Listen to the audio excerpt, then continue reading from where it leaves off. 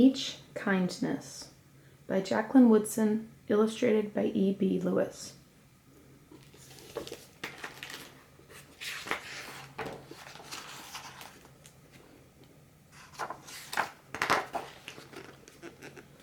That winter, snow fell on everything, turning the world a brilliant white. One morning, we settled into our seats.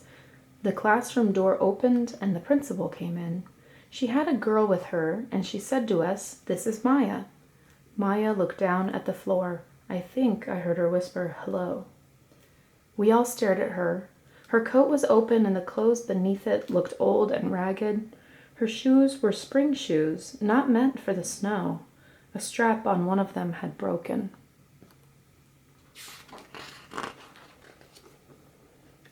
Our teacher, Ms. Albert, said, "Say good morning to our new student." But most of us were silent. The only empty seat was next to me. That's where our teacher put Maya. And on that first day, Maya turned to me and smiled. But I didn't smile back. I moved my chair, myself, and my books a little farther away from her. When she looked my way, I turned to the window and stared out at the snow.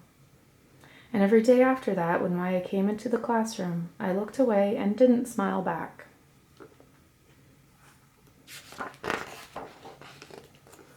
My best friends that year were Kendra and Sophie. At lunchtime, we walked around the schoolyard, our fingers laced together, whispering secrets into each other's ears.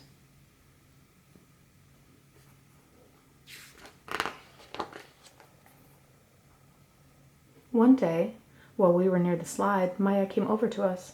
She held open her hand to show us the shiny jacks and tiny red ball she'd gotten for her birthday. "It's a high bouncer," she said, but none of us wanted to play, so Maya played a game against herself. That afternoon, when we got back into the classroom, Maya whispered to me, "Bet you can't guess who the new Jacks champion of the world is." Behind me, Andrew whispered, "Chloe's got a new friend, Chloe's got a new friend." "She's not my friend," I whispered back.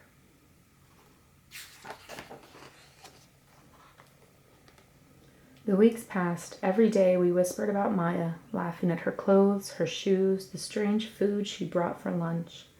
Some days, Maya held out her hand to show us what she had brought to school: a deck of cards, pick-up sticks, a small tattered doll. Whenever she asked us to play, we said no.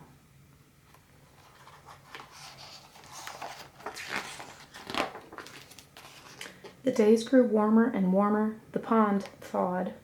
Grass began growing where snow had once been. One day, Maya came to school wearing a pretty dress and fancy shoes.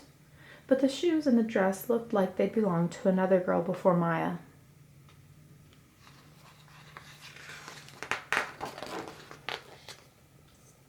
"I have a new name for her," Kendra whispered. "Never knew.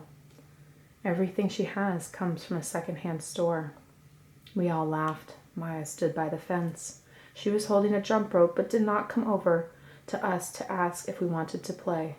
After a while, she folded it double, rolled the ends around each hand, and started jumping. She jumped around the whole schoolyard without stopping. She didn't look up once, just jumped, jumped, jumped.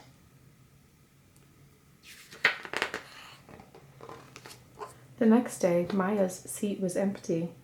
In class that morning, we were talking about kindness. Ms. Albert had brought a big bowl into the class and filled it with water.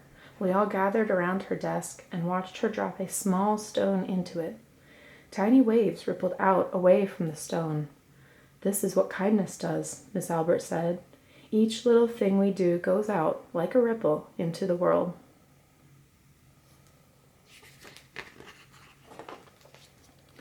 Then Miss Albert let us each drop a stone in as we told her what kind things we had done. Joseph had held the door for his grandmother. Kendra helped change her baby brother's diaper.